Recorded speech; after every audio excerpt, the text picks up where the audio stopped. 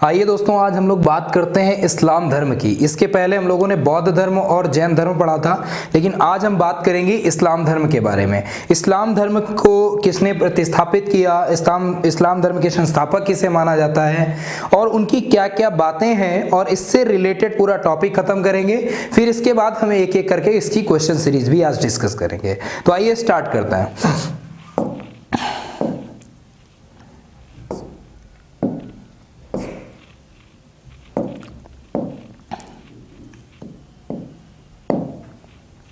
तो देखते हैं इसमें पहली लाइन क्या लिखी हुई है। पहली लाइन लिखी है, इस्लाम धर्म की स्थापना किसने करी थी? हजरत मोहम्मद साहब ने। इस्लाम धर्म की स्थापना, अगर क्वेश्चन आ जाए कि इस्लाम धर्म की स्थापना किसने की है, तो इस्लाम धर्म की स्थापना की है हजरत मोहम्मद साहब ने। और इनका जन्म कब और कहां पर हुआ था? तो इनका जन्म हुआ है 570 ईस्वी में मक्का में। याद रखिएगा, आज मक्का सऊदी में है हमारे। तो इनका जन्म स्थान कहां पर है? मक्का में। और इनका जन्म सन क्या है? तो 570 ईस्वी में। फिर लिखा है इनके पिता का नाम और इनकी माता का नाम। तो इनके पिता का नाम अब्दुल्ला तथा माता का नाम अमीना था। इनके पिता का नाम क्या था? अब्दुल्ला तथा माता का नाम अमीना था। इसके आगे लिखा हुआ है मोहम्मद साहब का विवाह, मतलब इनकी पत्नी की बात आती है। तो मोहम्मद साहब का विवाह 25 वर्ष की अवस्था में हुआ था और खजीदा नाम की एक विधवा लेडीज से हुआ था। एक विधवा औरत थी जिनके साथ इनका विवाह हुआ था, जिनका नाम क्या था? खजीदा। नाम मत भूलिएगा, इनकी पत्नी का नाम पूछा जाता है तो इनकी पत्नी का नाम है खजीदा। इनके पिता का नाम अब्दुल्ला तथा इनकी माता का नाम अमीना है। याद रखिएगा। और इनका अगर जन्म स्थान पूछे तो मक्का, और जन्म की डेट पूछे तो 570 ईस्वी में। आइए इसके आगे देखते हैं। इसके आगे लिखा है मोहम्मद साहब की पुत्री तथा इनके दामाद। अब इनके दामाद का ही आगे पूरा रोल होगा। तो इनके मोहम्मद साहब की पुत्री का नाम है फातिमा तथा इनके दामाद का नाम क्या था? अली।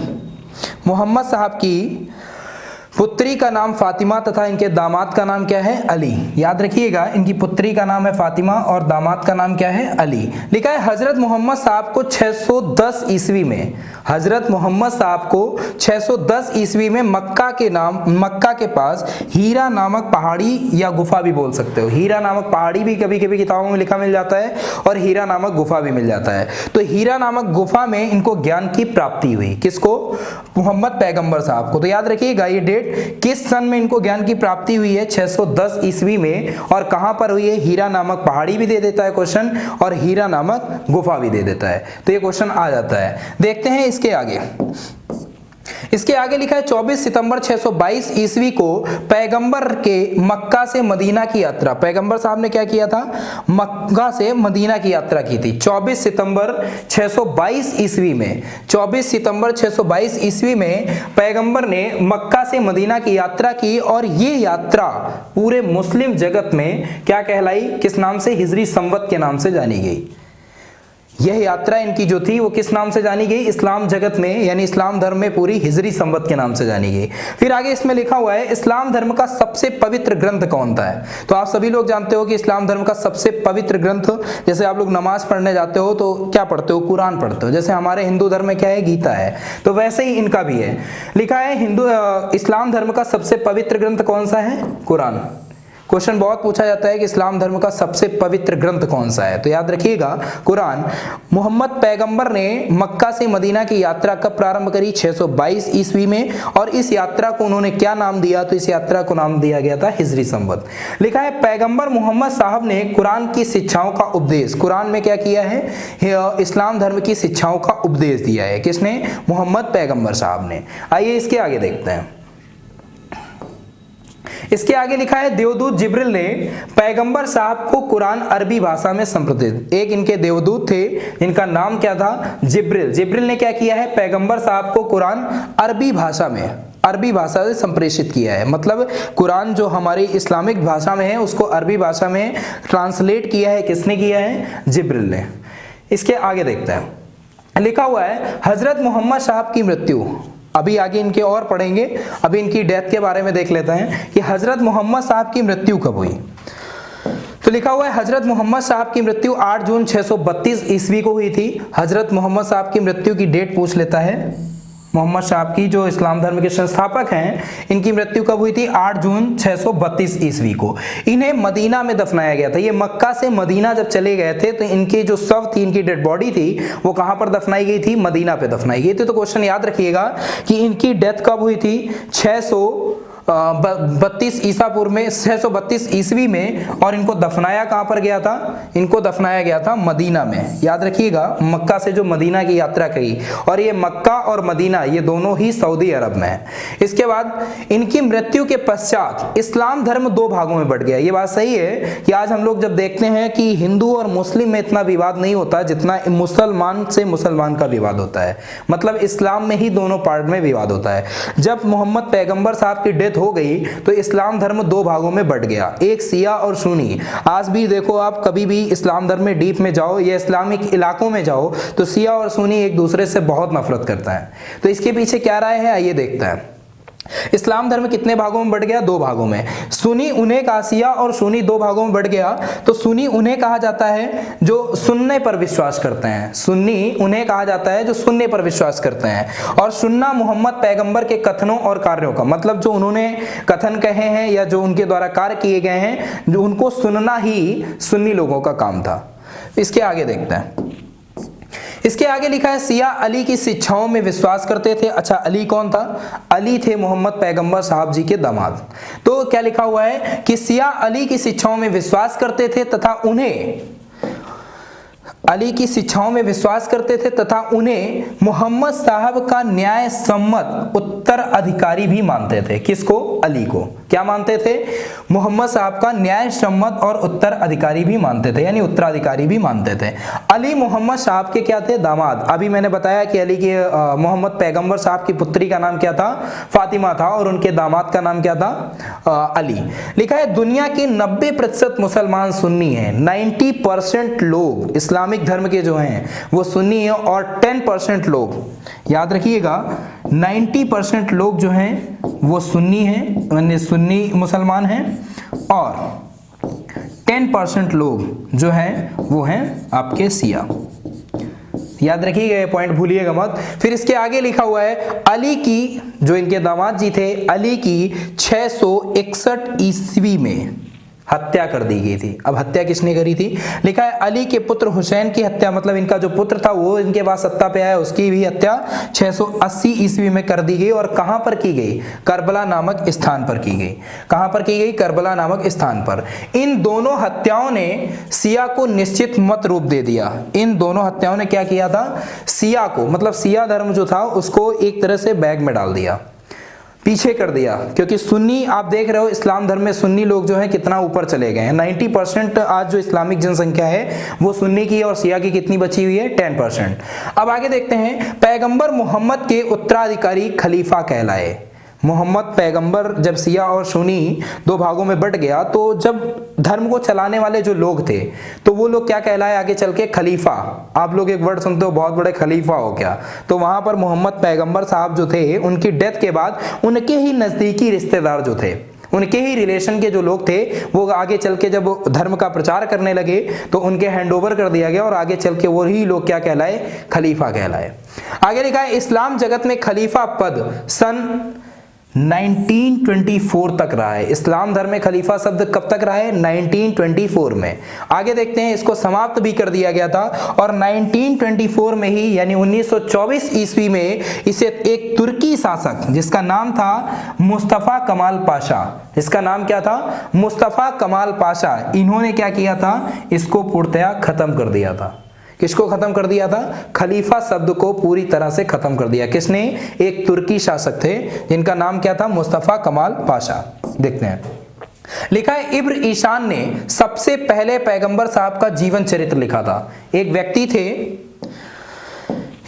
थे इब्न ईशान। इब्न ईशान ने क्या किया था? मोहम्मद पैगंबर साहब का सबसे पहले क्या लिखा था? जीवन चरित्र लिखा था। और लिखा है मोहम्मद साहब पैगंबर के जन्म पर ईद ए मिलाद, एक त्योहार मनाया जाता है, सबसे ज्यादा फेमस है इस्लामिक धर्म में। इसको हम लोग ईद के नाम से जानते हैं। कभी भी देखा होगा सलमान खान वगैरह मूवी रिलीज करते हैं तो ईद पे रिलीज करते हैं, ठीक है? तो इनके त्योहार को क्या कहा जाता है? ईद ए मिलाद उल नबी पर्व। मतलब यहाँ पर मोहम्मद पैगंबर साहब के जन्म को मनाया गया है। लिखा है यह पर्व मनाया जाता है। किसने इनका वर्णन किया था, किसने इनकी पुस्तक लिखी थी, इस व्यक्ति का नाम याद रखिएगा, इब्न ईशान ने सबसे पहले पैगंबर साहब के जीवन चरित्र का वर्णन किया था। और मोहम्मद पैगंबर साहब के जन्म दिवस पर ही एक त्योहार मनाया जाता है, ईद ए मिलाद उल नबी पर्व। ठीक है, आगे देखते हैं। अब देखते हैं इसकी क्वेश्चन सीरीज के बारे में। इसकी क्वेश्चन सीरीज जैसे कि क्वेश्चन नंबर फर्स्ट, अब एग्जाम पे आपके 10-12 क्वेश्चन ऐसे हैं जो इस्लाम धर्म पे छूटने नहीं चाहिए। पहला क्वेश्चन इस पे क्या लिखा हुआ है, देखिएगा ध्यान से। लिखा है इस्लाम धर्म के संस्थापक किसे माना जाता है। आपके पास ऑप्शन है हजरत अली, हजरत मोहम्मद साहब, अली हुसैन और मुस्तफा कमाल पाशा। तो यहां पर आंसर इन्होंने गलत कर दिया है, ये आंसर बिल्कुल गलत है। इस्लाम धर्म के संस्थापक माने जाते हैं हजरत मोहम्मद साहब, याद रखिएगा ऑप्शन नंबर बी सही है। इसके आगे देखते हैं नेक्स्ट क्वेश्चन। क्वेश्चन लिखा हुआ है हजरत मोहम्मद साहब का जन्म कहाँ हुआ। तो अभी आपने पढ़ा था हजरत मोहम्मद साहब का जन्म कहाँ पर हुआ था, 570 ईसा पूर्व में, 570 ईस्वी में मक्का नामक स्थान पर, जो आज की डेट में सऊदी में है। तो क्वेश्चन नंबर सेकंड क्या है कि मोहम्मद पैगंबर साहब का जन्म कब हुआ, 570 ईस्वी में, और कहाँ हुआ था, मक्का पे हुआ था। क्वेश्चन नंबर थर्ड, हजरत मोहम्मद साहब को ज्ञान की प्राप्ति किस सन पे हुई थी।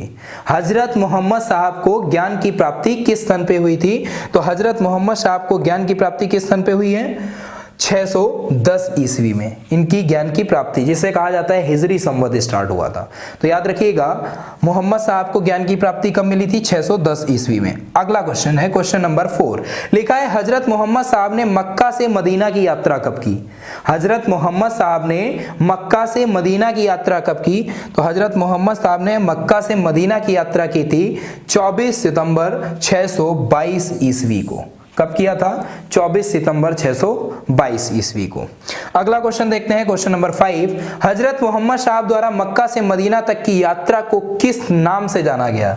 ये देखो आ गया क्वेश्चन, लिखा हुआ है कि हजरत मोहम्मद साहब की मक्का से मदीना तक की यात्रा को किस नाम से जाना गया। ऑप्शन शक संवत, सुन्नी संवत, शिया संवत। तो इसका सही आंसर है मुस्लिम संवत के नाम से इनको जाना गया। किस नाम से जाना गया, मुस्लिम संवत। ऑप्शन नंबर डी सही है। देखते हैं क्वेश्चन नंबर 6। हजरत मोहम्मद साहब के दामाद का क्या नाम था। हजरत मोहम्मद साहब के दामाद अभी हम लोग पढ़ रहे थे, इनकी बेटी का नाम फातिमा तथा इनके दामाद का नाम था अली हुसैन।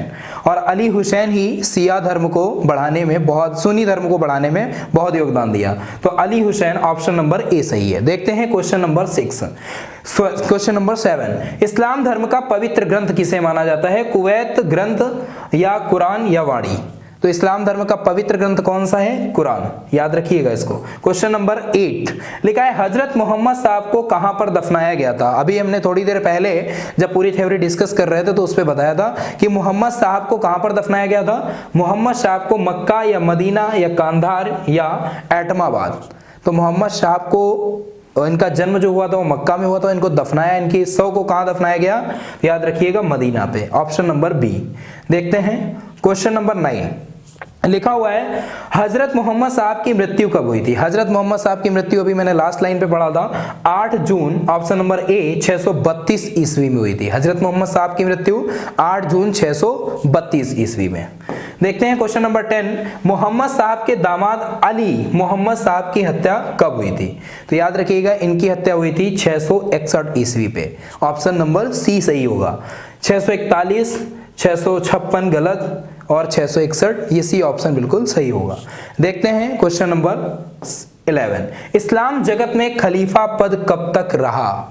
इस्लाम जगत में खलीफा शब्द 1924 तक रहा। अभी लास्ट लाइनों में कुछ मैंने पीछे 2 मिनट पहले भी डिस्कस किया है कि इस्लाम धर्म में खलीफा शब्द कब तक रहा और इसे किसने समाप्त किया। इस्लाम धर्म में खलीफा शब्द जो था वो था 1924 तक, और इसको समाप्त किया एक तुर्की शासक जिसका नाम क्या था, अली कमाल पाशा। इसका नाम था कमाल पाशा। आगे देखते हैं, यही क्वेश्चन होगा क्वेश्चन नंबर 12 में। लिखा हुआ है 1924 ईस्वी के बाद खलीफा पद को किसने समाप्त किया। मुस्तफा कमाल पाशा। अभी मैंने बताया था कि कब समाप्त किया, 1924 में, और किसने समाप्त किया, तो व्यक्ति का नाम था मुस्तफा कमाल पाशा। तो ये था हमारा आज का इस्लाम धर्म।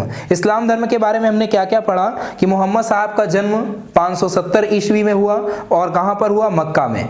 मक्का से इनको ज्ञान की प्राप्ति कब हुई, 610 ईस्वी में। और मक्का से मदीना की इन्होंने यात्रा कब करी, 622 ईस्वी में, और वो क्या कहलाई, मुस्लिम संवत या हिजरी संवत के नाम से जाना गया। इनके पिता का नाम अब्दुल्ला तथा इनकी माता का नाम अमीना था।